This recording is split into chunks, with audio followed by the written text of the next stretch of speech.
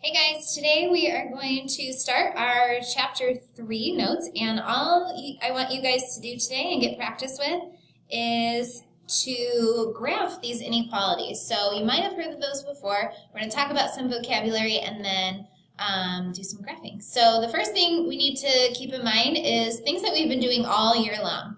So that's an equation, and you guys have been solving these a bunch.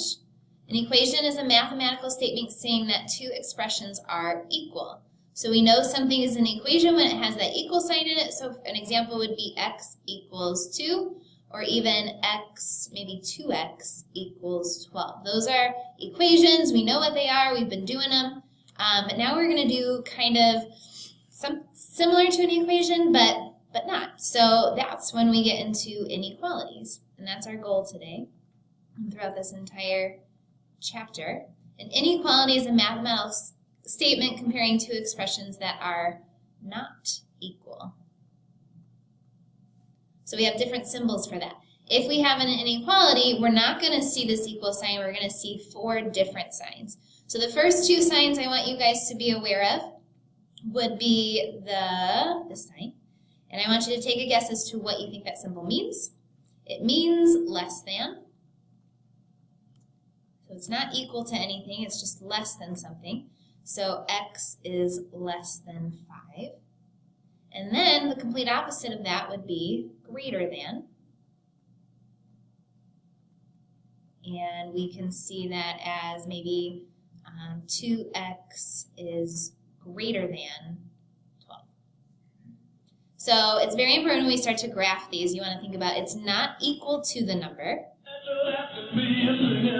It's just less than or greater than something. So on the graph, when we put that number on the graph, we're going to have an open circle. All right? Because it can't be equal to the number you're putting on the graph. So now we're going to talk about the 2 other symbols, very similar. The first one is going to be this symbol. Take a guess as to what you think that means.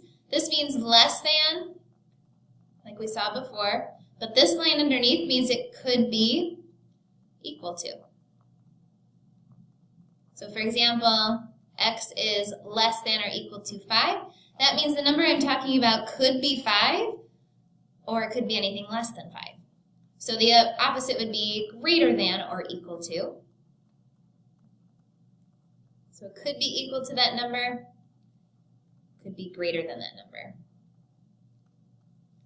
Okay, so 2x is greater than or equal to 12. So for the graph, to show, because of this line, to show that it could be equal to that number, we're going to have a closed circle on our graph.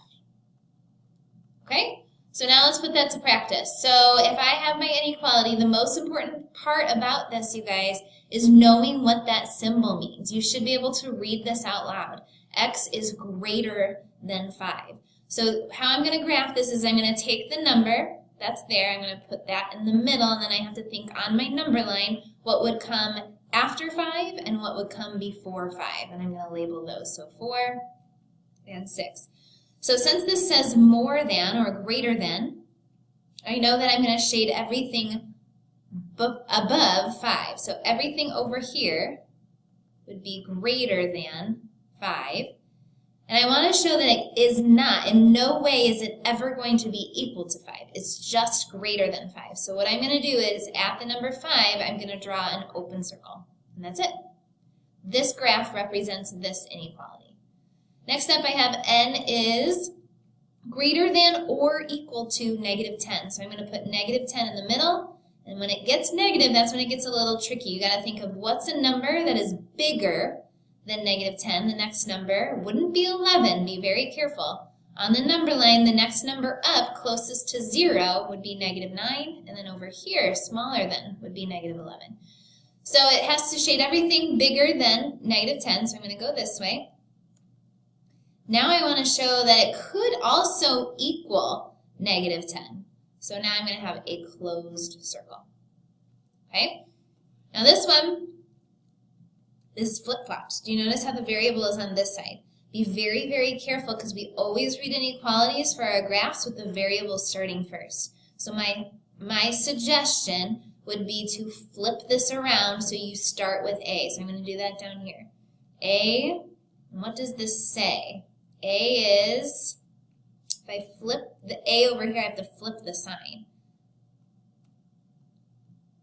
So written like this, it looks like it should be greater than. But if I flip the variable over here, like I have on these, if I read this, it truly says A is less than or equal to -3. That's exactly what this says, but a lot of people mistake this for greater than. Okay, so this is what I'm going to be graphing. I'm going to put -3 in the middle. Bigger than -3 is -2. Smaller is -4. So I'm going to have a closed circle at -3, shading everything less than that. Okay, last one. If you don't have the inequality, I want you to write that inequality. So we start with a variable. It doesn't matter what it is. My number that I'm representing is 8. And think about what's shaded. Everything's smaller than. So x is less than. It cannot be equal to 8, so I'm going to have an open circle. Okay, that's that. We're going to quickly talk a little bit about these. I want you to think about what this would represent. I want you guys to try these out so the restaurant can seat less than or equal to 172 people. Joe will earn more than 90% on his next math test. What I want you guys to do is start these with x, write the inequality that would match these words, and then you have your numbers. Okay, so figure out what would go in between those, what inequality symbol makes sense for this, and then go ahead and graph it and see how you do.